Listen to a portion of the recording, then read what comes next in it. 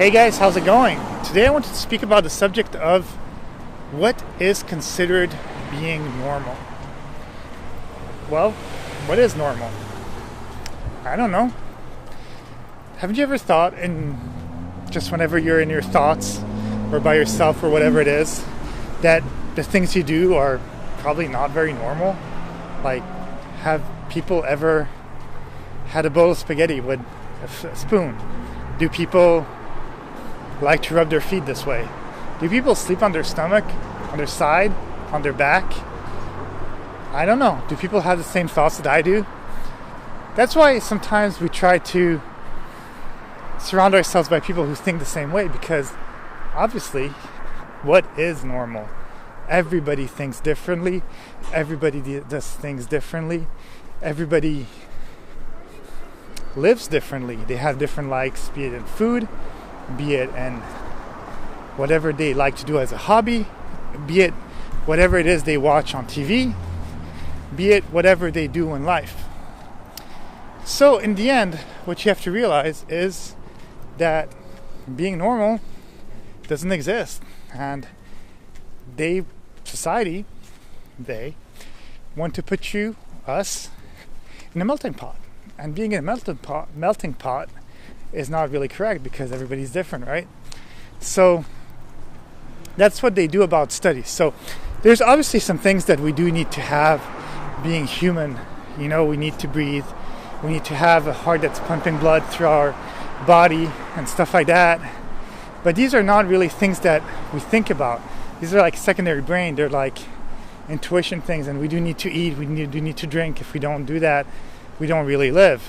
And if you don't like water, well, you can drink sodas and stuff like that, but no matter what, somehow you got to get that sort of vitamin in your body, otherwise you're not alive, you know? So these are things that are normal.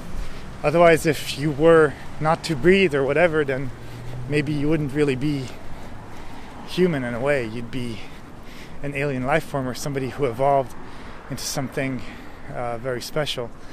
But yeah, that's being normal. But having a family, or liking X, Y, and Z, or doing things the way that somebody else does, well, that's not normal. There is nothing that's normal. You live your life the way that you want to. Even if your parents tell you that's not normal for you to be, I don't know, a lot of cultures want people to get married really young. And they say, hey, you know, you're in your 30s or you're in your 20s already, some cultures. And they say, hey, why aren't you married? Why don't you have kids and all that?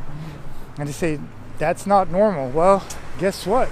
The planet evolves, the people evolve, everything's evolving all the time. Everything surrounding us is evolving. So things that were normal a decade ago, 5 years ago, a year ago, can become not normal. If you really think about it, life is so fragile. So you as a person, you need to learn how to live your own way and not think so much about what is normal and what is not normal. If a lot of people like to go to bars, or a lot of people like to go to clubs and party and get drunk, but you think it's the most boring thing in the world, then why the hell should you do it? And they might say, hey, but it's normal. It's normal to experience these things, to explore these things when you're young. But what if you simply don't like it? For example, I'm from European descent. And something that I think is very funny is that I don't like wine, I don't like beer, I don't like alcohol in general. It just doesn't taste good. And I also don't like cheese. And I don't smoke. And I don't really like places that are very, very loud, like clubs and stuff like that. So, unfortunately, being normal is not really my thing. But it's normal to me because I just don't like doing these things. So, as a teenager and as a young adult, if friends wanted to go to these places and stuff like that, I'd go with them. But I'd always get bored. And I thought, it's cool, okay, fine. I'm not at home, I'm doing these social things, it's great. But then with time, I kind of understood that if I'm not enjoying it, life's too short for me to do all these things that I don't enjoy. I'm already working pretty long hours at work, and in my free time, I'd like to do the things that I like to do. So I've learned that if I don't like to go to a club, if I don't like to go to a bar, if I don't want to drink, if I don't want to do any of these things, and I don't think there's any use to it, then I should just not do it. And actually, I'm much happier this way, because at the place of wasting my time, I'm simply doing the things that I like to do, and that's what I want to do. So that's for me being normal.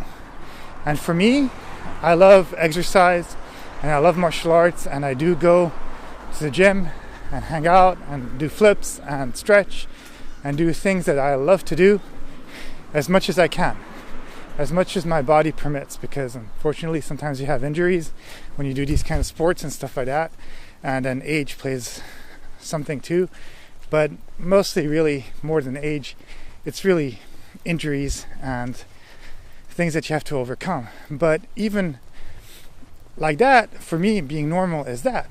But hey, if I meet someone else and they tell me I love to sleep upside down like a bat, and I only eat biodegradable stuff because I believe that the earth is sacred, who am I to judge and tell them this is not normal? That's why, like, if somebody tells me I'm vegan, I'm vegetarian, or I don't like this, or I don't like that, I don't really question it. I just say, well, that's for them, as something that they like, that's normal to them. So I don't really like when people say that's not normal. Obviously, there are some things that, like I said, breathing and stuff like that, that's normal. We have to live. There's other things that are kind of ingrained in our biology in some way, where normally we're not supposed to want to commit suicide and stuff like that. In some way, that's not really normal, because we have this preservation thing.